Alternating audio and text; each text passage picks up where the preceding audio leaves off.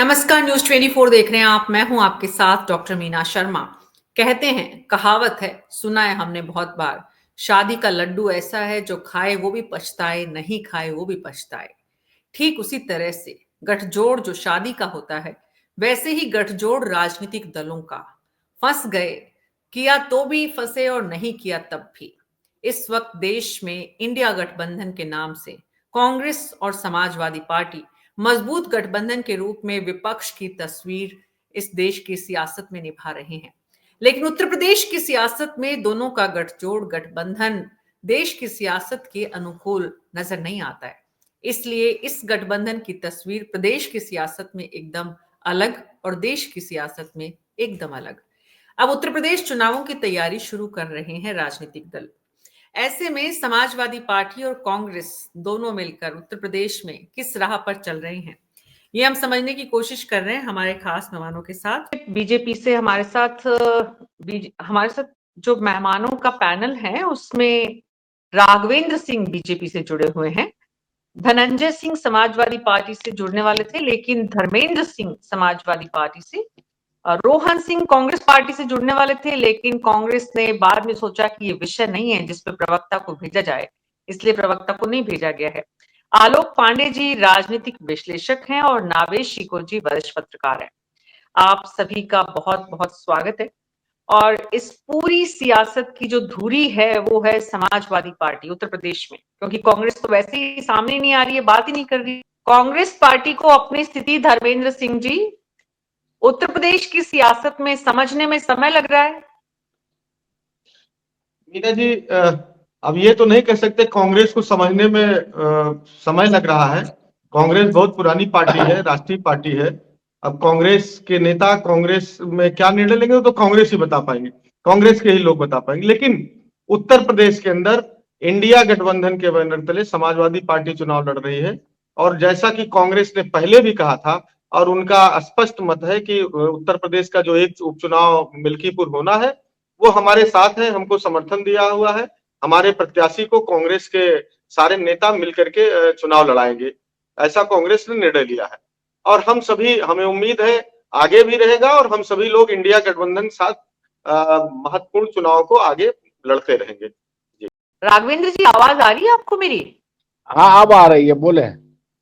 जी राघवेंद्र जी, माफी चाहते हैं आपसे, कुछ तकनीकी इश्यू है आज, जी जी इंटरनेट जी बार बार जी। डिस्टर्ब कर रहा है। तो मैं ये हाँ, समझना चाह रही थी राघवेंद्र सिंह जी, हमारे दर्शक जो इस कार्यक्रम को देख रहे हैं उत्तर प्रदेश की सियासत पर नजर रखते हैं, मिल्कीपुर सीट वैसे भी हम कल ही चर्चा कर रहे थे, तब आपके भी बीजेपी से भी जो प्रवक्ता थे उनके साथ और वरिष्ठ पत्रकारों के साथ जब बात हो रही थी तो ये बात थी कि समाजवादी पार्टी और बीजेपी दोनों के लिए मिल्कीपुर सीट नाक का सवाल है, कांग्रेस वहां नहीं है। लेकिन बात सिर्फ मिल्कीपुर की नहीं है, 2027 की तैयारी में भी कांग्रेस को बाहर रखकर अगर समाजवादी पार्टी चलती है तो बीजेपी को फायदा है। देखिए, भारतीय जनता पार्टी जो है किसी के नुकसान करके नहीं, हम लोग अपने काम के आधार पर केंद्र की सरकार की योजनाएं, उत्तर प्रदेश की सरकार की 2 बार की योजनाएं, हम लोगों ने समाज में जो काम किया होता है, जो विपक्ष में होते हैं तब के और आज तक के अपनी गतिविधियों के आधार पर मतदान के लिए जनता से आग्रह करते हैं। हमारा ये नहीं होता समाजवादी पार्टी कमजोर हो गई तो ऐसा लाभ हम लोग, वो तो एक तथाकथित कुछ समय के लिए क्षणिक लाभ होता है, लेकिन वास्तविक लाभ वो होता है जो अपने कामों के आधार पर प्राप्त किया जाए। भारतीय जनता पार्टी लंबे समय से कहती रही है, जब लोकसभा का चुनाव हुआ था मीना जी, तब 17 सीटें किस आधार पर कांग्रेस को दे दी गई थी? क्या कोई बैठक हुई थी? क्या कहीं किसी मीटिंग में तय किया गया था? समाजवादी पार्टी ने देखा ये 17 सीटें हमारे लिए उपयोगी नहीं है, कांग्रेस को पकड़ा दी। कांग्रेस की स्थिति उत्तर प्रदेश में शून्य से कुछ बेहतर मान लेते हैं थी, तो वो समाजवादी पार्टी के वोटों के आधार पर चुनाव जीत गई। इससे पहले मैंने देखा है, समय समय पर देखा है, जो इनका ये बेमेल गठबंधन है। 5 राज्यों के चुनाव में देख लीजिए, लोकसभा से पहले मीना जी 5 राज्यों का चुनाव हुआ था, उसमें क्या कहा गया था? समाजवादी पार्टी के नेता ने मरा हुआ सांप, चालू पार्टी, न जाने कांग्रेस के लिए किन किन संसाधनों का उपयोग किया था। वास्तविकता ये है, ये बेमेल गठबंधन है। ये जो इंडी गठबंधन है, इंडी गठबंधन ने लोकसभा चुनाव में इनका कॉमन मिनिमम प्रोग्राम क्या रहा था, मुझे तो आज तक नहीं पता चला। इनका संयोजक कौन था, इनका नेता कौन था, किस आधार पर चुनाव लड़ रहे थे, जो 5 बैठकें हुई थी उसमें क्या तय हुआ था। 5 बैठकों में मीना जी ये तय होता था, ये जो गेस्ट आएंगे ये कहाँ रहेंगे, ये गेस्ट आएंगे इनको क्या खिलाया जाएगा, इनकी फोटोग्राफी कौन करेगा, इनको समोसे दिए जाएंगे नहीं दिए जाएंगे, और गाड़ियां कहाँ खड़ी होंगी, इस प्रकार की वाहियात बातों में समय खराब किया गया। तो वास्तविकता ये है, ये इनका बेमेल गठबंधन है, ये देर सवेर जो है सिर्फ दिखाने के लिए है, कहीं कोई नहीं है। दिल्ली में देख लीजिए, पश्चिम बंगाल में देख लीजिए, अभी जहां प्रियंका गांधी जी चुनाव लड़ी थी वहां एक सीट पर तो इनका गठबंधन चल नहीं पाया था, पूरे देश में क्या खाक चलेगा। भारतीय जनता पार्टी का जो गठबंधन है, हम लोगों का ईमानदारी से गठबंधन है, हम लोगों का चुनाव घोषणा पत्र उसी आधार पर तैयार होता है। हमारी प्रत्येक बैठक में चाहे उसकी सीटों की भागीदारी बहुत कम हो, लेकिन उसको उचित सम्मान दिया जाता है। मीना जी, भारतीय जनता पार्टी अपने कामों के आधार पर वोट मांगती है। आलोक पांडे जी, उत्तर प्रदेश में समाजवादी पार्टी और कांग्रेस के बीच क्या चल रहा है, दिख क्या रहा है? उत्तर प्रदेश में कांग्रेस और समाजवादी पार्टी के बीच में अभी तो कुछ ऐसा नहीं दिख रहा है जो नोटिसेबल।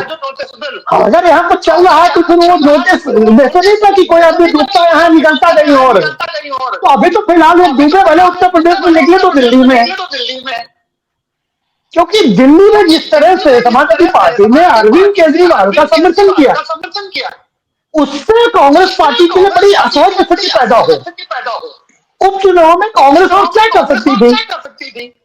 समाजवादी पार्टी ने एक दी सीट, जो 2 सीटें दी थी उसको कांग्रेस ने स्वीकार नहीं किया, वन साइडेड समर्थन दिया कांग्रेस पार्टी ने उपचुनाव में, और मिल्कीपुर में भी वन साइडेड समर्थन दे रही है। हालांकि उसने कैप्शन लगाया है कि 2027 की तैयारी की करने की वजह से हम 400+ सीटों में तैयारी कर रहे हैं। तो कोई भी पार्टी चाहे 2 सीटें जीते चाहे 200 जीते, वो 2025 में तो बैठ के नहीं कर सकती ना कि 2027 में अखिलेश भाई के साथ लड़ेंगे और 15 सीटों की तैयारी करेंगे। कांग्रेस पार्टी अपने आप को भी तो रिवाइवल चाहिए।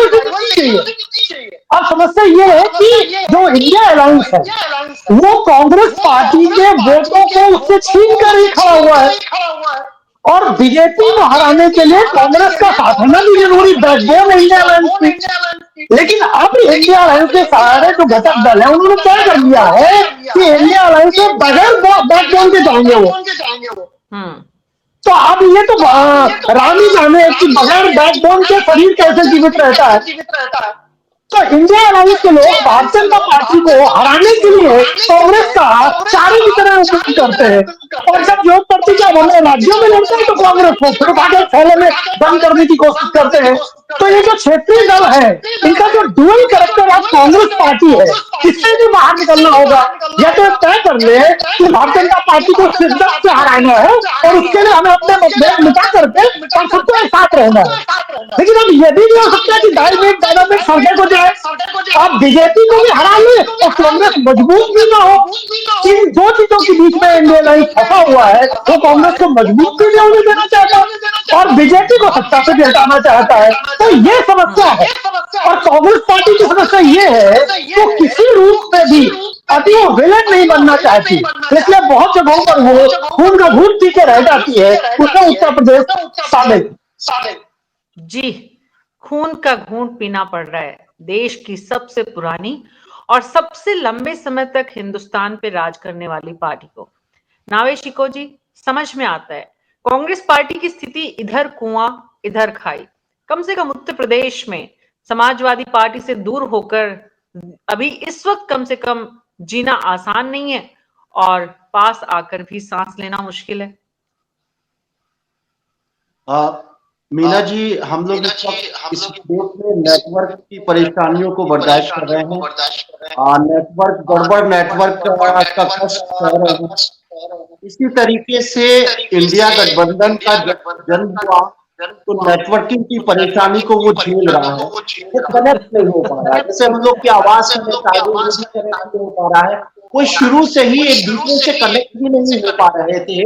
नीतीश कुमार जिन्होंने इसका स्वरूप तैयार किया था इंडिया गठबंधन का, वो यही कह के विदा हो लिए कहीं ना कहीं हम लोग आपस में कनेक्ट इसलिए नहीं हो पा रहे हैं क्योंकि सबसे बड़ा दल जो है कांग्रेस, इसके छाते के नीचे तमाम देश के क्षेत्रीय दल आ गए हैं। भाजपा लड़ने के लिए, भाजपा को शिकस्त देने के लिए वो कांग्रेस क्षेत्रीय दलों को ज्यादा भाव नहीं दे रही है, उनसे जुड़ नहीं रही है, उनसे कम्युनिकेट नहीं कर रही है, उनके साथ सामंजस्य नहीं बना पा रही है। तो ये गठबंधन कैसे फले फूलेगा और वो चलेगा ये कह के उसके बाद तमाम क्षेत्रीय दल भी यही आरोप लगाते रहे कि भाई हम जिसके झंडे के नीचे, जो इस इंडिया गठबंधन का सबसे बड़ा राष्ट्रीय दल है, इकलौता सब राष्ट्रीय दल है, जिसकी मदद के लिए हम लोग आए, हम सब भाजपा के के लिए आए, वो हमें मुंह ही नहीं लगाती। सारे फैसले राहुल गांधी जी करते हैं, अच्छी बात है, कोई प्रॉब्लम नहीं है, तो उससे किसी क्षेत्रीय दल के नेता को बात करने में पसीने आ जाते हैं। उसकी क्या समस्या है, उसकी क्या रिक्वायरमेंट है, उसके स्टेट में उनको कितनी सीटें चाहिए, ये सब बात करने के लिए कांग्रेस के पास समय ही नहीं रहा। ये परेशानियां हमेशा से रही और इसका अंजाम ये भी नजर आया कि कांग्रेस का जिस राज्य में जनाधार हुआ, वहां पर वो किसी क्षेत्रीय दल को 2 सीटें देने में भी पसीना छुड़ा दिया, चाहे मध्य प्रदेश हो, चाहे महाराष्ट्र हो। तो अब ऐसी स्थितियों में कांग्रेस को सबक सिखाने के लिए तमाम क्षेत्रीय दल हो गए हैं, यूनाइट हो गए हैं। उन्होंने कहा कांग्रेस का हम साथ भी छोड़ेंगे और उसको झटके पे झटके देते रहेंगे, उसको अपमानित करेंगे, तो ये जताने की कोशिश करेंगे कि तुम्हारा कोई अस्तित्व नहीं है हमारे बिना। जैसे कि उत्तर एक फिल्मों में रोमांस को जिस तरीके से पोर्ट्रेट किया जाता है, कहा जाता है कि प्यार में झगड़ा भी होता है, एक गाना भी है, तुम्ही से मोहब्बत तुम्ही से लड़ाई, यानी वो लड़ाई भी करेंगे और मोहब्बत भी करेंगे। यही अखिलेश यादव कह रहे हैं कि हमारा गठबंधन भी यहाँ पर है, हम यहाँ पर एक दूसरे के साथ भी है उत्तर प्रदेश में, और दिल्ली में बगल में आप जो कांग्रेस के खिलाफ लड़ रही है उसके समर्थन में खड़े हुए। उसी चुनाव के दौरान मिल्कीपुर में समाजवादी पार्टी का समर्थन कांग्रेस कर रही है। तो ये जो मैंने कहा ना, सियासत, मोहब्बत और जंग, उसमें कोई फार्मूला नहीं होता, यहाँ सब कुछ जायज है।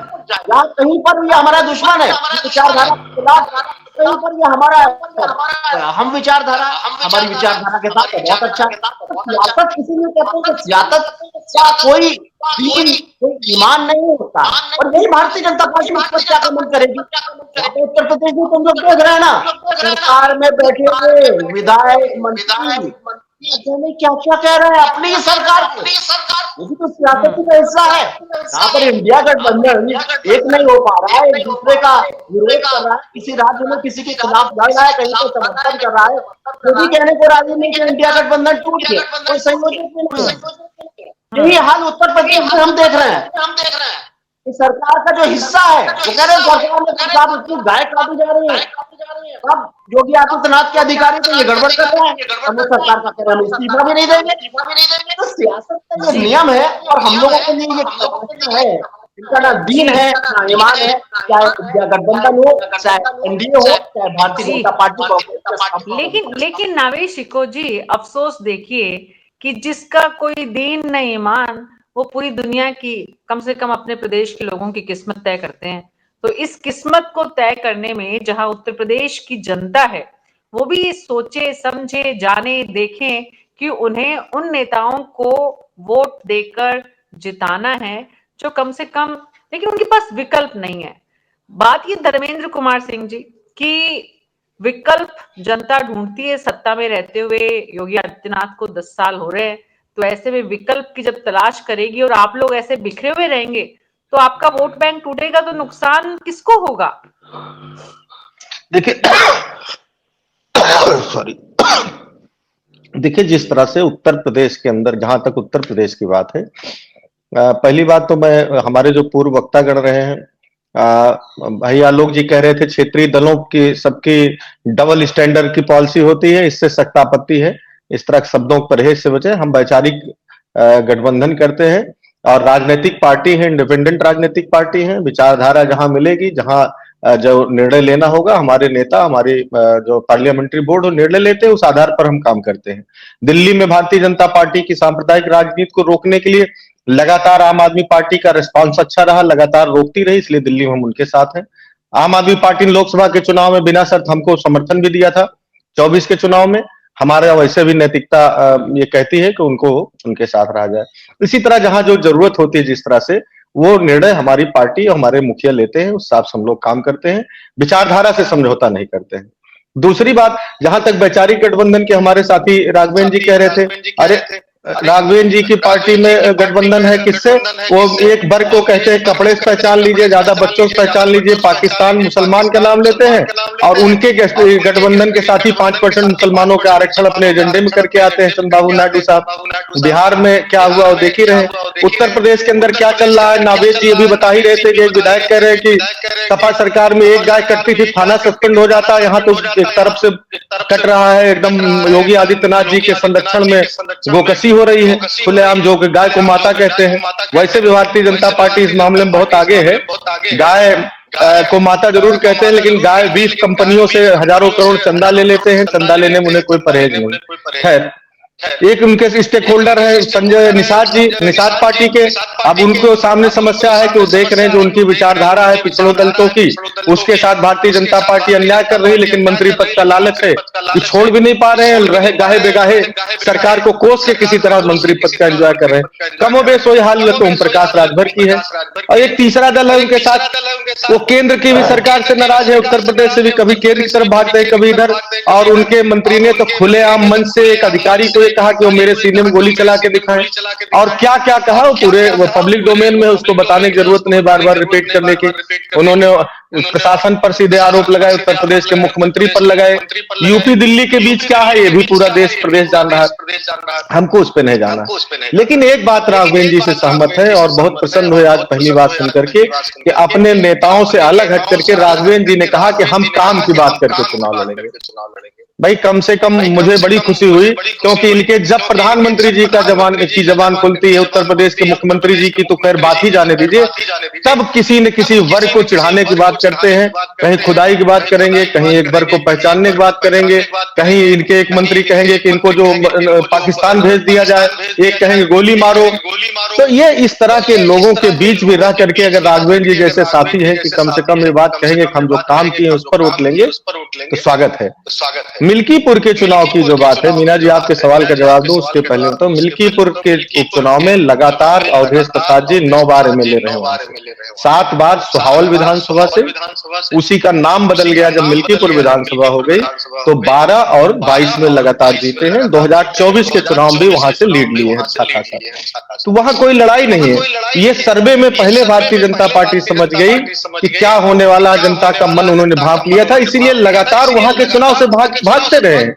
लेकिन जो संवैधानिक प्रक्रिया है, आना ही चुनाव पीछे, अब वो सारा समीकरण ये लगा रहे हैं क्योंकि जनता के मतों से जीत नहीं सकते हैं, इसलिए किस तरह से जिस तरह से रामपुर के उपचुनाव में किया गया था, जिस तरह से संभल में भी उपचुनाव में आपने देखा, क्रमोवेश इनका सारा भरोसा तंत्र पर ही है, और उसके लिए हम लोग भी कमर पर कस के तैयार है कि जनता का वोट बूथ तक पहुंच जाए, जनता का वोट मशीन में कैद हो जाए और काउंटिंग हो जाए, तब तक हम लोग मानने वाले नहीं। इसीलिए हम लोगों ने निर्वाचन आयोग से आग्रह भी किया है कि उसकी लाइव स्ट्रीमिंग का जो कोड है वो हमारे प्रत्याशियों को भी दिया जाए, कम से कम किस बूथ पर क्या हो रहा है वो निर्वाचन आयोग के साथ साथ प्रत्याशी भी खुद देख सके, उनका अधिकार भी है जी।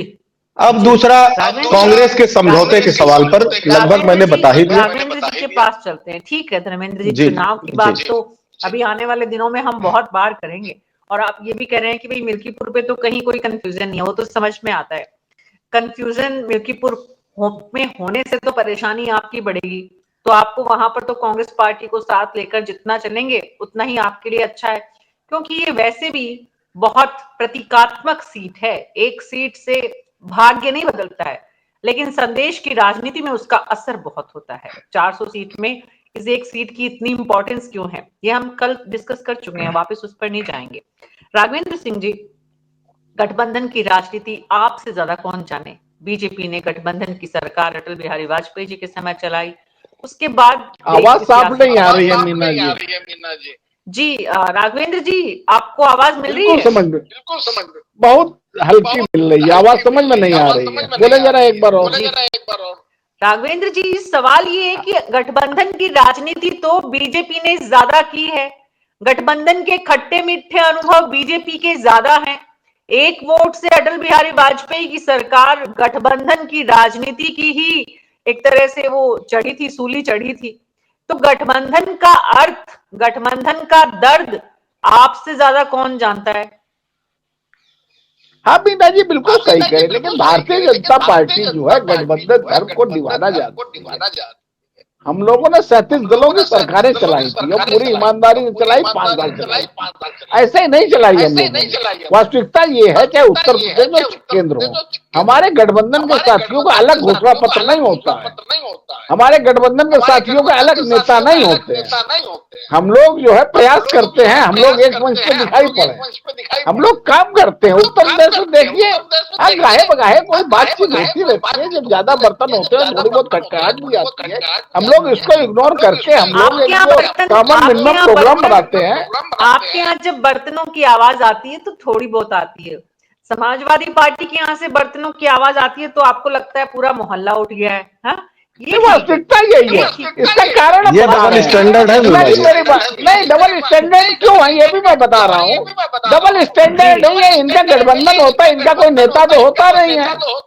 इनके जो है गठबंधन में अलग अलग घोषणा पत्र होते हैं। नेता अटल बिहारी वाजपेयी जैसा और देश की सरकार चली गई गठबंधन के चलते, उसके बाद भी आप कह रहे हैं हमारे यहाँ गठबंधन अच्छा और इनके यहाँ गठबंधन खराब। ये कहाँ से, मतलब न्यायोचित नहीं है। आलोक जी के पास जाती हूँ मैं। आलोक जी नहीं मीना जी 30 सेकंड, मीना जी नहीं धर्मेंद्र जी, आलोक जी के पास जाऊंगी। आलोक जी, गठबंधन की राजनीति का चरित्र ही यही है जो आज समाजवादी पार्टी और कांग्रेस में हो रहा है। फर्क नहीं पड़ता, खाली राजनीतिक दलों के नाम बदल रहे। नहीं, भारतीय जनता पार्टी ने गठबंधन से बहुत सीखा है। वो एक सीट से सीट गई थी, वो आधी आधी सरकारें अपने पक्ष में मिला लेते हैं, कहते हैं हमारी तो एक सीट से गिरी थी, अब हम चुने सरकारें बदलते। तो भारतीय जनता पार्टी ने उससे अटल बिहारी युग से बहुत सीखा है। मध्य प्रदेश में देखा कैसे सिंधिया जी को ले सरकार बदल दी, हुआ था दिग्विजय सिंह समुद्र में नहाते हुए सरकार इनकी बन गई। तो भारतीय जनता पार्टी ने गठबंधन से न सीखा हो, मुझे लगता है इनसे अच्छा तो कोई भारत की राजनीति में गठबंधन धर्म इनसे अच्छा कोई नहीं जानता। ये आप जहां जीतते हैं वहां भी सरकार बनाते हैं, जहां हारते हैं वहां और बनाते हैं। तो कहावत चल गई थी, अभी इसकी थोड़ा सा रुके हुए ज्यादा हो गया है लोकसभा चुनाव में, वरना तो लोग ये अंदाजा लगा रहे थे कि 240 से 272 6 महीने में हो जाएंगे लोग, आत्मा के अलावा भी बहुत सारे सांसद मिल जाएंगे। अब ये खुद रोके हुए हैं। तो भारतीय जनता पार्टी जो तो ऐसी पार्टी जो सब बहुत अच्छा सीखती है, लेकिन बात आप क्योंकि कांग्रेस और इंडिया अलायंस की है, इंडिया गठबंधन की, तो मैं उसकी बार बार कहता हूँ कि जब अगर आप बैकबोन को हमला करेंगे, कांग्रेस पर हमला इंडिया अलायंस के बैकबोन पर हमला है, और उससे इंडिया गठबंधन कमजोर होगा। इससे आप लॉन्ग टर्म में भारतीय जनता पार्टी को ज्यादा लाभ देंगे। छोटे छोटे चुनावों में आप छोटे छोटे लाभों के लिए अगर बड़ा लाभ त्यागना चाहते हैं तो आपकी अपनी इच्छा, लेकिन अगर हम भारतीय जनता पार्टी को सीरियसली हराना चाहते हैं तो फिर ऐसा नियम बनाएंगे कि दिल्ली में आम आदमी पार्टी कांग्रेस मिलकर चुनाव लड़ती। आप अलग अलग क्यों लड़ रहे हैं? फिर कहते हैं कि केवल आप लोकसभा के चुनाव में एक होंगे और फिर 2 दिन पहले मोहब्बत दिखाएंगे और तीसरे दिन दुश्मनी दिखाएंगे। तो जनता कंफ्यूज होती है कि बोले ऐसे कंफ्यूज गठबंधन में फिर नहीं चल रहा है, जहाँ कल मित्र है परसों शत्रु है फिर मित्र है। तो ऐसा गठबंधन संदेश मत दीजिए। फिर आप लोकसभा के लिए भी गठबंधन बनाइए और विधानसभाओं के लिए भी गठबंधन बनाइए, एक नेता बनाइए, कॉमन मिनिमम प्रोग्राम बनाइए और फिर भारतीय जनता पार्टी या उसके नीति एनडीए से लड़िए, तो ही एक लॉन्ग टर्म उसका बेनिफिट ले पाएंगे। लेकिन आप समाजवादियों की तरह जैसे जनता दल में सिर्फ फुटबॉल हमेशा मत रही, कभी एक कभी अलग, फिर कभी एक कभी अलग, ऐसा ही अगर इंडिया अलायंस में आप करेंगे तो भारतीय जनता पार्टी के पैर उखाड़ने में आपको ज्यादा दिक्कतें आएंगी, आप ज्यादा तकलीफ में रहेंगे और जनता को नहीं समझा पाएंगे कि लोकसभा में कैसे अलग और विधानसभा कैसे एक और विधानसभा में कैसे अलग। ये गठबंधन मेरी समझ में नहीं आता है। या तो आप साथ रहिए या अलग हो जाइए। जी नावेश शिको जी, विपक्ष में रहकर सीखना और सत्ता में रहकर सीखना दोनों में कितना फर्क है?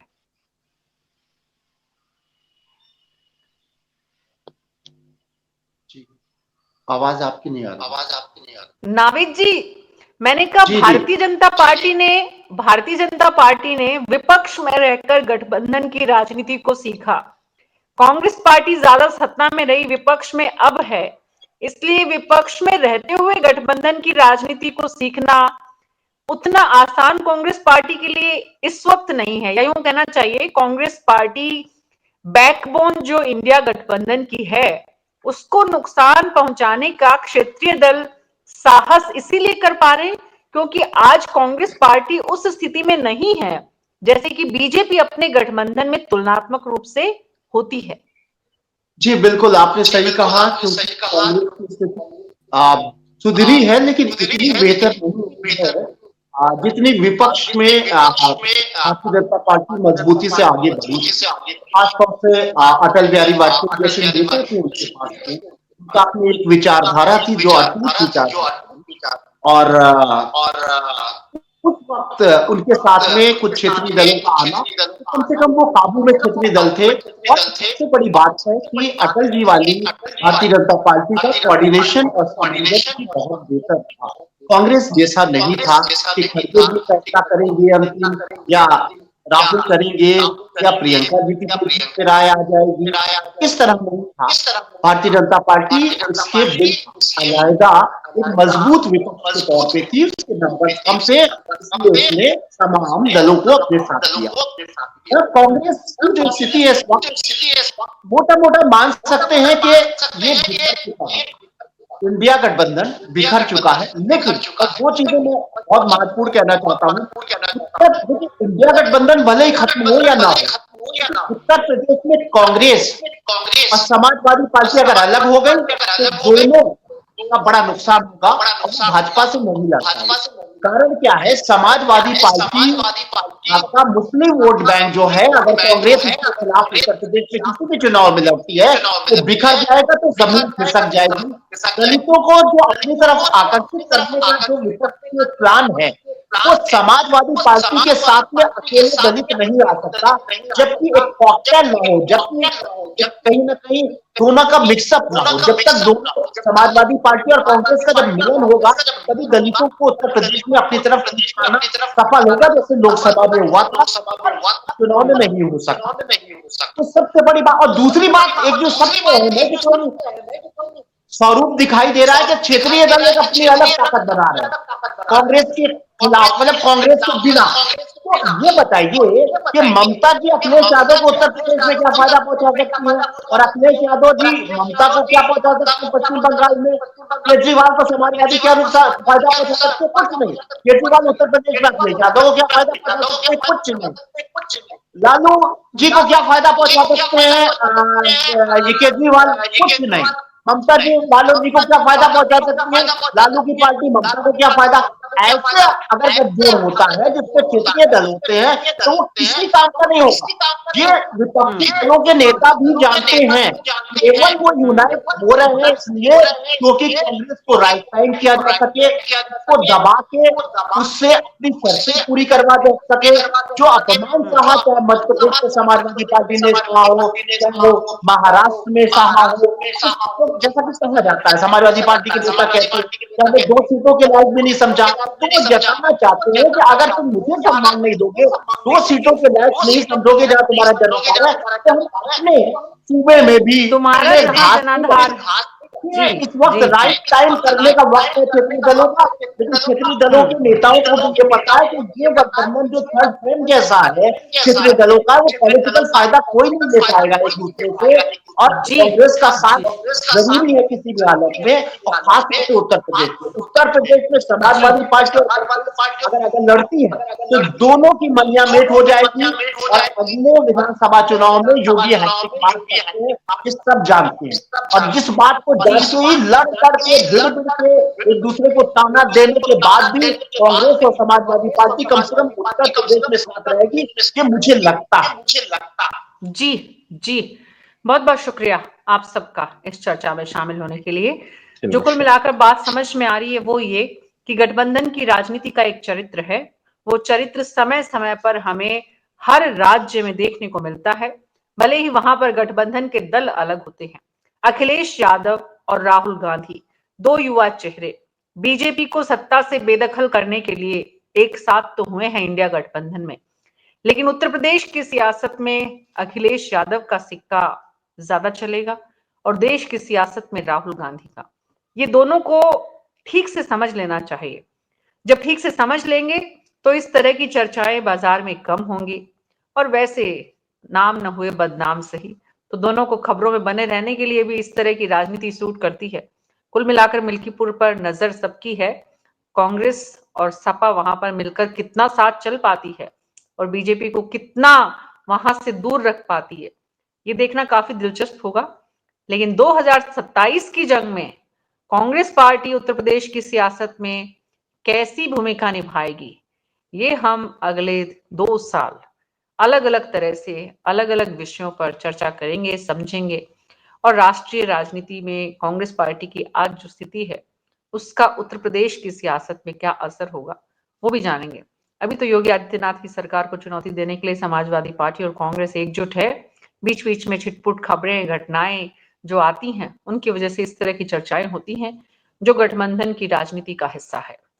न्यूज़ 24 पर अभी मेरे साथ इतना ही। नमस्कार।